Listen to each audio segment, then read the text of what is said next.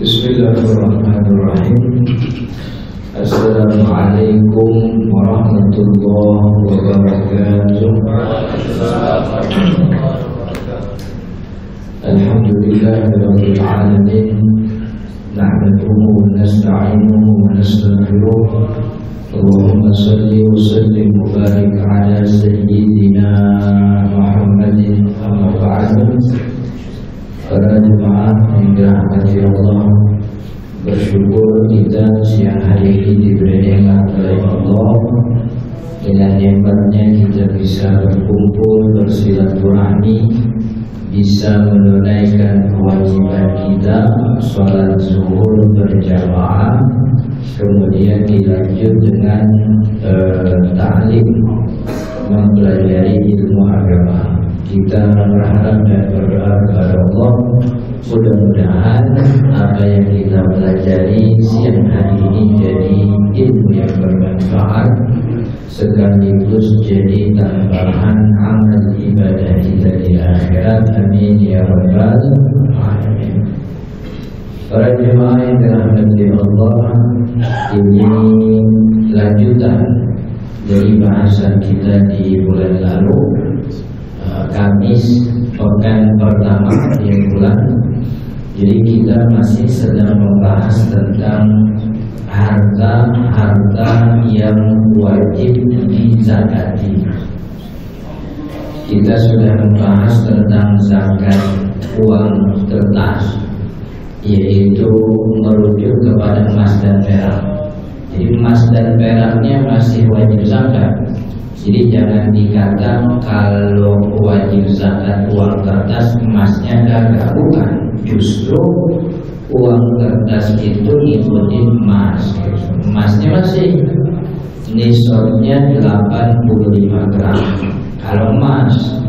Kalau perak nisabnya 600 gram. Uang kertas nisabnya ngikutin emas. Kebanyakan ulama modern begitu. Sebab kalau uang kertas ngikutin perak, 600 gram itu jatuhnya cuma 7 jutaan gitu. Kata Nabi Muhammad SAW, zakat itu diambil dari orang kaya, dikembalikan kepada orang miskin. Kalau timbang punya 7 juta, itu bukan orang kaya. Itu orang kaya 7 juta, orang kontrakan 2 perak juga punya. Kan ya? 2 kontrakan 2 perak, yang kamar mandinya di luar bareng-bareng. Kan ya? Ngantrinya pakai kayu, kayu siapa duluan yang ini gitu. Itu 7 juta. Makanya ulama bilang uang kertasnya, karena kan uang kertas fungsinya alat tukar. Alat tukar zaman Nabi Muhammad SAW, dinar emas, dirham perak. Mau ngikutin yang mana nih, dinar apa dirham? Nah, yang cocok sama kaidah zakat ngikutin emas. Makanya 85 gram. 85 gram emas kira-kira 70 juta sekian. Ya, kalau nggak salah 70 juta sekian. Emas sudah kita pelajari. Kemarin juga terakhir kita bahas makanan, bukan makanan, pertanian, hasil bumi. Jadi yang wajib dizakati adalah hasil bumi yang merupakan makanan pokok, beras kalau di kita begitu ya. Dan ini mesti dimiliki oleh tanah perorangan muslim. Artinya kalau ada tanah ditanami beras, bibit padi, tapi tanahnya tanah wakaf, maka tidak wajib zakat. Karena tanah wakaf yang punya bukan orang Islam, artinya dia tidak dimiliki perorangan. Kalau wakaf itu kan kepemilikannya diserahkan kepada Allah. Itu sebab tanah wakaf jadi mulia, itu sebab tidak ada intervensi manusia gitu. Masjid itu jadi mulia selain karena dikhususkan untuk sholat, sebab diwakafin. Padahal kalau kita ngukur-ngukur tanah masjid itu mungkin NJOP-nya lebih mahal rumah kita. Ini ya. Karpetnya juga lebih bagus karpet rumah kita. Kan karpet masjid kan biasa begitu. Tempat sujudnya udah gak ada bulunya, kan tinggal karpet doang. Yang kalau kita nempel ada bekas kotak-kotak. Itu biar tanah masjidnya kurang bagus, karpetnya udah banyak yang rontok, tetap dia mulia. Sebab wakaf. Masuk di situ tahiyat, ada penghormatannya 2 rakaat, kan ya. Tanah rumah kita biarpun mahal NJOP-nya, mewah dekorasinya, masuk situ mah masuk aja, nggak ada istilah tahiyat dulu, nggak ada. Masjid biarpun kurang wangi, kurang adab, diem di dalam masjid dapat pahala, namanya intikaf, kan ya. Tapi kalau kita bengong di rumah kan bukan dapat pahala. Dapat apa ya, kalau nggak diomelin bini sih syukur kan begitu, cuman biasanya sih gitu. Jadi itu wakaf. Jadi kalau wakaf pertaniannya tidak wajib zakat. Kalau yang punya tanah bareng, artinya kerjasama nih, ada orang Jakarta punya tanah, kemudian dia kerjasama sama penduduk setempat petani. Kata si orang Jakarta, Pak, bercocok di tanah saya, nanti hasilnya kita bagi 2, Bapak nggak perlu bayar sewa tanah, gitu. Jadi saya kasih ini tanah, jawab silakan, hasilnya bagi 2. Maka kewajiban zakatnya tergantung hasil panennya berapa tuh. Jadi hasil katakanlah dibagi 2. Hasil panennya 2 ton misalnya. Kan panen nisab pertanian itu kemarin kita bahas 900 liter. Kalau kilogram pakai 750 kilogram. Kalau panennya 2 ton itu kan 2000 kilogram. Ya, 2000 kira-kira. Berarti kan yang 1.000 punya petani, 1.000 punya kita. Nah, maka karena kita punya udah 1.000, wajib zakat 5%, gitu. Karena tapi kalau panennya kecil, dikit begitu, tanahnya luas, tapi karena sebab satu dan lain hal panennya sedikit, yang pas dibagi 2 kita cuma dapat 500 liter misalnya, petaninya dapat 500 liter, ya nggak ada kewajiban zakat, karena nggak nyampe nisab. Begitu. Beda kalau ceritanya petaninya kerja, petani kita gaji, tanah kita, petani kerja kita gaji, maka hasil panen semuanya punya kita. Jadi ketika panen, kita yang wajib bayar zakat kalau nyampe nisab. Begitu. Pohonan lain nggak ada kewajiban zakat, enggak. Pohon jambu nggak ada kewajiban zakat. Jambu dengan segala jenisnya tuh, ada jambu mede, ada jambu air, jambu kelutuk, ada jambu monyet. Di Indonesia doang monyet punya jambu, gitu. Yang lain nggak punya, gitu. Pokoknya kalau bukan makanan pokok nggak ada kewajiban zakat. Pohon cabai nggak ada kewajiban zakat, karena orang nggak ada timbang makan cabai doang kenyang banget, gitu. Segitu-gitunya limbah tuh makan nasi juga, nggak makan cabai tiap hari, gitu. Ini makan cabainya kalau dibayar doang di TV, gitu. Di rumah makan nasi, gitu. Nah, ketiga ini yang akan kita bahas adalah barang dagangan. Dagangan apa aja nih yang kena wajib zakat? Jadi untuk dikatakan dagangan jadi wajib zakat ada syaratnya. Pertama kata ulama, antakuna urudun. Jadi syarat yang pertama barang dagangan atau dagangan kena wajib zakat harus udah jadi barang dagangan. Artinya kalau dia punya duit modal belum kena kewajiban zakat itu. Kan ada orang nyimpen duit, udah nyimpen 10 juta, tambah lagi 10 jadi 20. Ditanya sama bininya, abang misain 20 juta buat apa? Modal usaha. Emang abang mau dagang apa? Dagang seragam sekolah gitu. Itu ngomongnya udah dari lebaran 2015 itu. Sampai sekarang kagak jadi barang dagangan, masih aja di situ. Itu nggak kena kewajiban zakat. Jadi yang kena kewajiban zakat itu bukan modal, barang dagangan. Makanya ada ulama yang biar kagak nyatet ini syarat pertama, namanya udah langsung, namanya zakat urudut tijarah, zakat barang dagangan. Jadi ada ulama yang nyebutnya zakat dagangan, zakat tijarah. Itu kalau nyebutnya zakat tijarah, itu syarat pertama antakuna urudan, harus udah jadi barang. Begitu. Tapi kalau yang ulama nyebutnya zakat urudut tijarah, zakat barang dagangan, dia nggak nyebutin lagi syarat pertama, sebab emang namanya udah barang dagangan. Gitu. Jadi pada intinya semua ulama sepakat. Kalau orang punya niat dagang, modalnya udah ada, belum kena kewajiban zakat. Yang kena kewajiban zakat ini udah jadi barang dagangan. Itu yang pertama.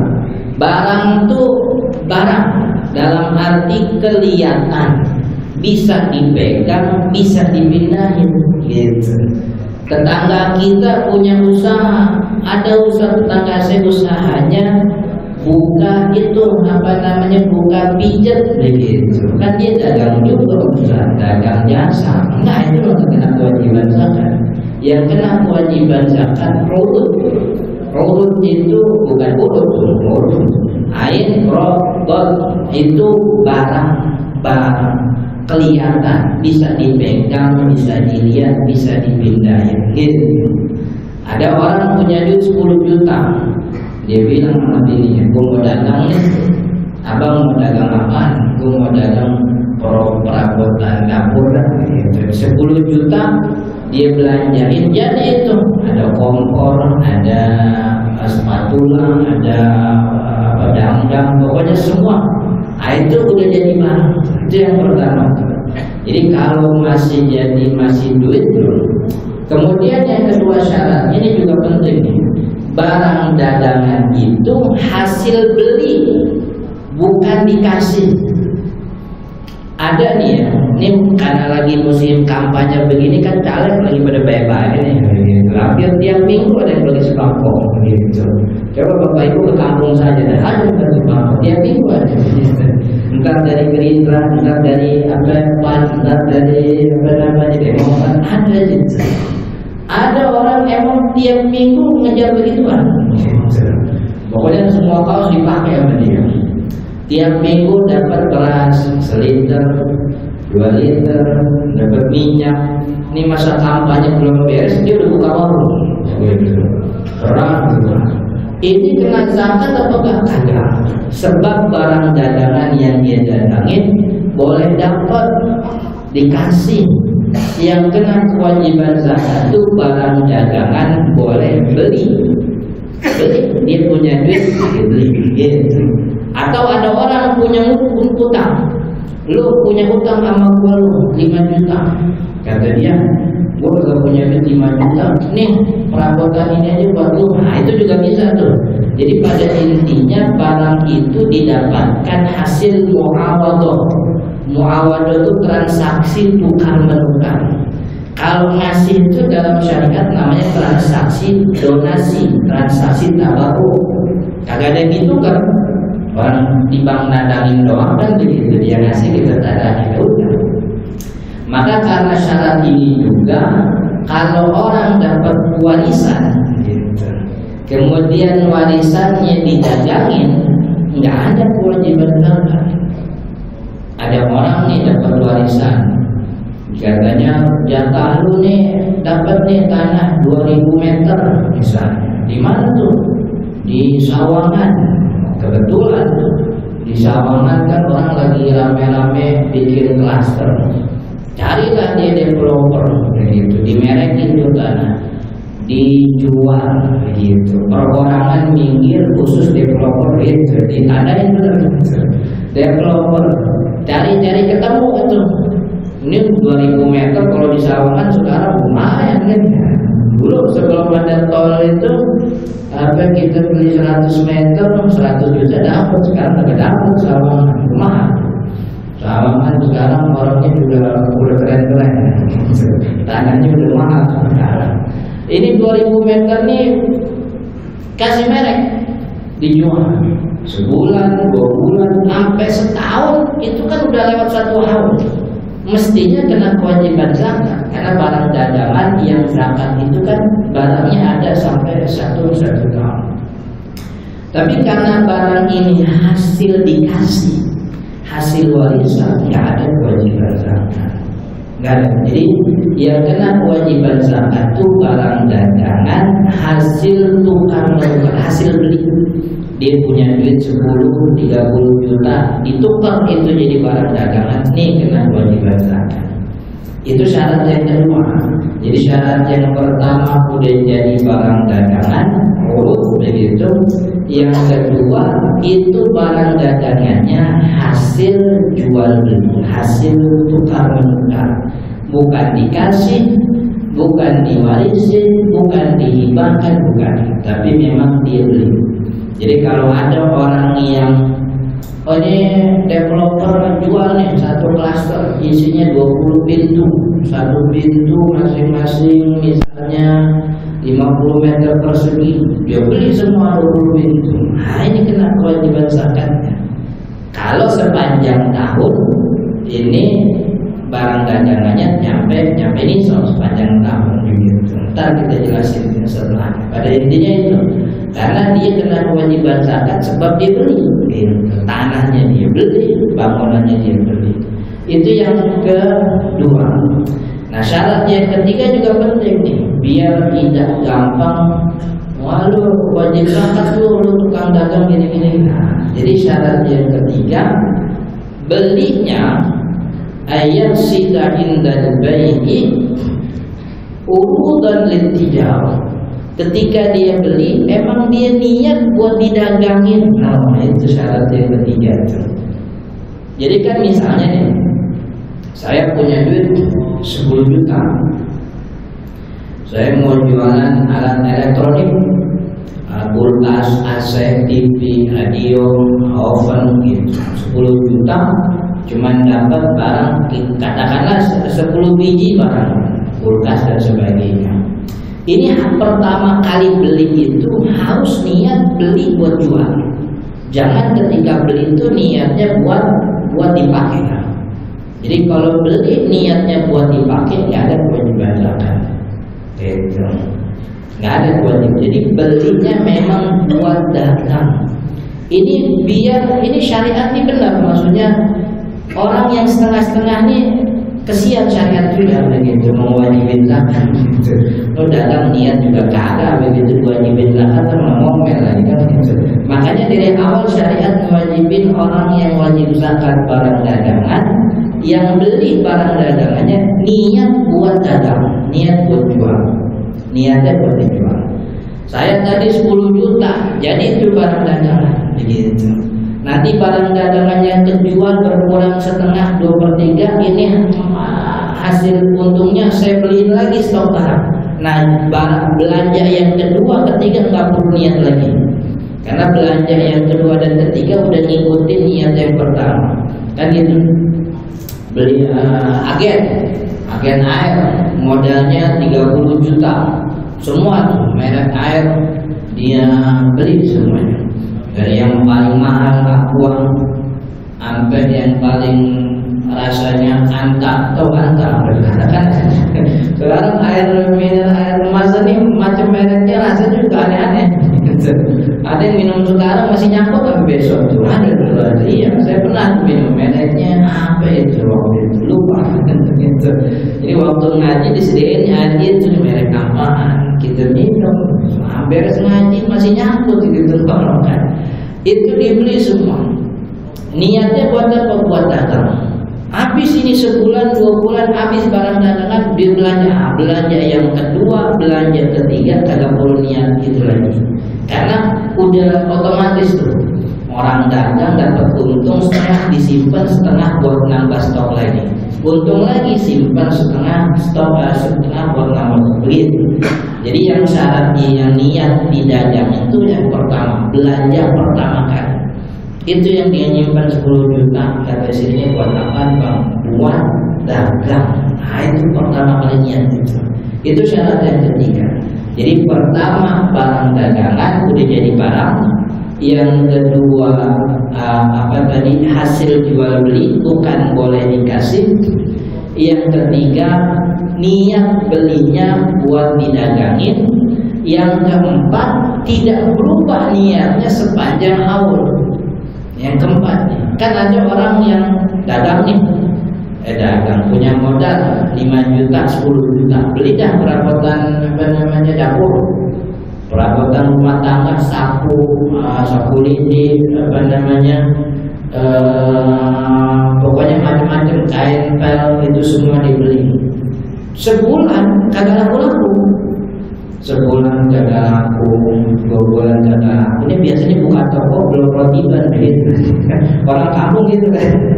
Kalau orang dagangan kagak laku dia buka tokonya belum rotiban gitu. Itu kalau ilmu orang kampung begitu. Kalau ilmunya ekonomi orang sini nggak butuh. Soalnya kalau belanja begitu orang sini ini udah punya langganan gitu kan begitu orang ekonomi. Itu kalau orang kampung nggak bilangnya nggak begitu. Lu buka warung kagak ratiban sih dulu ya, kalau pakai tahlil sih dulu kan gitu. Jadi nggak laku nih sebulan 2 bulan, namanya beginner gitu ya, pedagang pemula dia nggak tahu belum laku itu hopeless. Ya harus dagang lagi, warung tutup aja, itu barang pakai aja lah buat hari-hari gitu. Ya kan mungkin hilang, udah ambil aja ke orang, gitu berubah tuh niat tuh. Jadi niatnya berubah. Ketika terjadi perubahan niat, maka hilang kewajiban zakat. Karena kalau barang udah dijadiin pemakaian, hilang juga nilainya. Gitu. Beli baju, kaos kaos bola tuh yang golosin, buka dia warung, nggak laku. Kata dia udahlah pakai dia aja. Anaknya besok-besok mau beli baju, babur punya baju baru banyak gitu. Di mana kono kios sudah laku gitu. Itu berubah niatnya. Nah tentu kan dilihat yang diniatin untuk dipakai itu seberapa persen. Kalau semuanya nggak hitung kewajiban zakat. Tapi kalau cuma sebagian gitu. Jadi sebagian itu aja yang kena kewajiban zakat. Jadi intinya di tengah haul. Jadi barang dagangan tuh jalan haul tuh mulai ketika dia jadiin itu duit barang dagangan. Walaupun nilainya cuma 5 juta. Jadi nisab barang dagangan entar di ujung. Itu bedanya zakat barang dagangan sama zakat uang simpanan. Kalau uang simpanan haul jalan kan pas udah nyampe 85 gram. Kita punya 50 juta belum nyampe tuh. Pas kita punya duit kita masukin 20 juta ke simpanan, yang awal 50 jadi 70 juta. Ini kan nisab nyampe nih. Nah, di situ mulai jalan haul 1 tahun ke depan. Tapi kalau barang dagang enggak nunggu nisab. Pokoknya ketika dia buka kios udah ada barangnya, di situ mulai. Walaupun waktu awal tuh ini modal cuma 10 juta misalnya begitu. Itu di situ dihitung. Jadi nisabnya ntar dihitung pas akhir. Dia buka warung tuh beli barang dagangan tanggal berapa mulai udah ada barangnya? Tanggal 5 bulan Muharram 1445 Hijriah. Maka tanggal 5 Muharram 1446 dilihat tuh tahun depan. Kiosnya stoknya udah berapa gitu. Dan yang dihitung bukan lagi modal. Orang modal 10 juta, pas dia beli barang dagangan, ini kan bukan 10 juta lagi nilainya, karena harga jualnya kan beda. Orang beli mesin cuci ke pabriknya, ke Kerawangnya, ke Tempohnya, berapa nih kok yang begini modelnya? 8,5, 850. Di pasar biasa berapa? Orang sini pasar jual ada yang 1.200.000, ada yang 1.300.000. Yang dihitung ketika udah jadi barang bukan 850. yang dihitung itu 1.200.000 harga jualnya gitu. Jadi yang tadinya dia punya 10 juta pas sudah jadi barang, karena hitungannya harga jual, mungkin nilai kiosnya itu yang ada di kios nilainya bukan 10 juta, tapi jadi 11 juta atau mungkin 13 juta begitu. Jadi itu syarat yang keempat, tidak boleh terputus niat. Artinya jangan sampai di tengah jalan udah bosen dah gue jualan, itu nongkrong gue gak ada yang beli. Yang ada gue di videoin orang dibikin apa soal kasih sayang kan, kesian kan begitu kan modern TikTok sekarang. Orang nongkrong depan kios kagak ada pelanggan dibikin soal sedih-sedih. Padahal memang orang dagang kan begitu, nongkrong depan kios kan ya. Masih orang dagang nongkrong depan kios sambil apa jungkir balik kan aneh, nongkrong aja. Di video ini dari jauh, kasihan bapak ini nongkrong dari jam 2. Emang bukannya jam 2 emang. Itu lama dia nggak ada pelanggan, dah nggak jadi dia jualan pakai aja, berubah, udah hilang kewajiban zakat. Itu syarat yang keempat. Jadi pertama barang dagangan bukan duit. Yang kedua hasil barang dagangan itu hasil beli, begitu, bukan dikasih. Yang ketiga belanja pertama niatnya buat didagangin. Yang keempat tidak boleh punya niat untuk pakai barang yang dia dagangin. Kalau dia muncul niat itu hilang udah kewajiban zakat. Tentu tidak semua harta dagangan, mungkin kan barang dagangannya banyak nih. Ada 1-2 buah itu yang terpisah diambil, berarti yang diambilnya nggak masuk hitungan, itu jadinya barang yang dia pakai gitu. Ini apa namanya yang keempat. Nah, yang kelima kata ulama syaratnya nih, yang kelima alla ya'udha ila naqdin bi'aibin, kagak balik jadi duit lagi sebab aib. Maksudnya begini, kadang kan orang dagang nih begitu, beli dia dagang konveksi misalnya, dia punya teman di Tanah Abang, kirimin deh, gua mau mulai buka kios bahan-bahan baju gitu, dikirimin tuh. Emang lu punya modal berapa? 3 juta. 3 juta maka paling gua bisa ngirimin 3 roll doang. Nah, dia awal buka 3 roll itu kayak dikirim.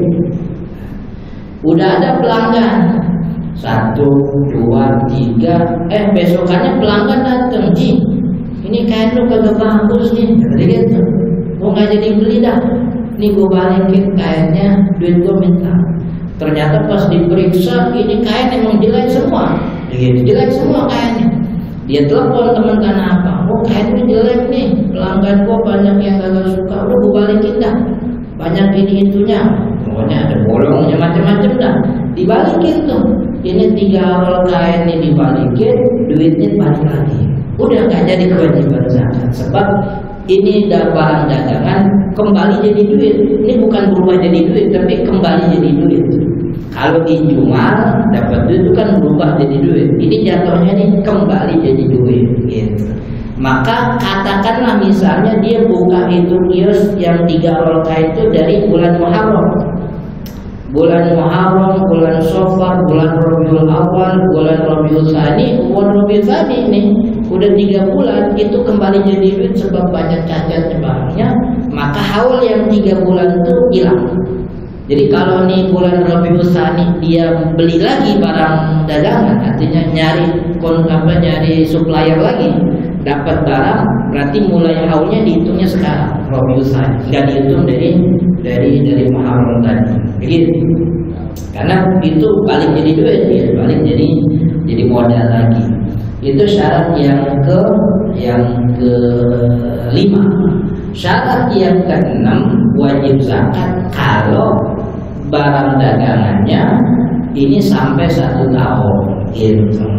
Jadi baru buka kios Ustaz, wajib zakat? Kagak wajib zakat. Tapi katanya kalau baru buka kios kan perlu ngasih berkat sama Ustaz. Itu mah ngisi berkat sedekah, bukan zakat namanya. Gitu. Namanya mau buka usaha kan minta doa, gitu. Ini doa biar cepat kabulnya, ustaz doanya semangat kasih berkat gitu. Kalau minta doa doang ternyata lemas doanya juga gitu. Ketemu di jalan ustaz doain aneh buka usaha, ini doain sih memang doanya amin udah gitu doang gitu. Tapi kalau datang ustaz tanggal rumah ya memang ngapain, kayak saya mau buka usaha gitu, kiosnya di pasar hidup, kita tahlil dari rumah saya bawa ke kios, kita tahlilan di rumah gitu. Lalu doanya semangat itu ustaz begitu. Oh lahir juga lama beres, udah gitu kalau lihat kios gede gitu. Rupanya tetangga buka usahanya apa namanya, usaha stick and grill, daging stick. Usaha udah bayangin, buat rekannya kayaknya daging, dagang. Rupanya nasi uduk juga, gitu. Jadi itu namanya sedekah. Buka usaha mau sedekah mau kagak ada kewajiban. Gitu. Cuman kan biar ada apa ibaratnya, orang kalau ngasih itu bakal dibalikin, bahasanya kan itu. Jadi sedekah kita itu tidak akan kembali nol kepada kita. Sedekah kita itu akan yazdat, bertambah. Begitu. Karena nggak ada ceritanya orang banyak sedekah jadi miskin itu kan nggak ada. Nggak ada. Ada orang bisik-bisik sama tetangga ngobrolin apa sih? Oh misal Haji Fulan kesiannya miskin sekarang. Emang kan? Dulu kebanyakan sedekah, nggak ada orang begitu. Nggak ada orang miskin gara-gara kebanyakan sedekah. Kesian Haji Fulannya, dulu nggak punya mobil ya, sekarang mana-mana jalan kaki. Emang kerajinan kurban dulunya, gitu. Nggak ada. Tapi kalau kita bisa bilang, oh, lihat Fulan bin Fulan, ditinggalin anaknya, bininya ogah lagi, udah minta cerai. Emang kan begitu? Dulu main perempuan dulu, bisa begitu. Udah nggak punya rumah, sekarang rumah numpang aja tuh membantunya.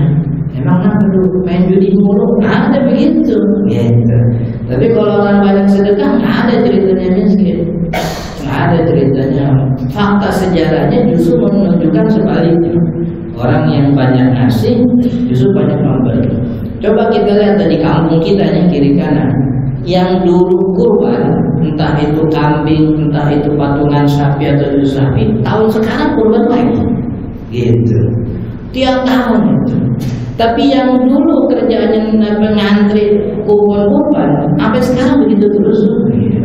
Kan iya, kan orang tiap tahun kurban itu gak habis kan begitu pikir. Ini ada nungguin kupon tiap tahun kagak ganti status. Kalau umpamanya kurban yang dicari tusukan sama orang, ngantri kupon. Jadi itu sedekah. Jadi mau buka usaha, manggil tetangga kiri kanan, minta didoain. Itu sedekah. Begitu bagus. Agak begitu boleh, nggak apa-apa. Itu yang ke-5, yang ke-6 tuh. Jadi harus lewat satu haul. Jadi kalau baru buka kios belum wajib zakat. Setahun, sebulan, 2 bulan, 3 bulan sampai 1 tahun baru kena kewajiban zakat. Tapi dilihat nih syarat yang ke-6 syarat yang ke-7.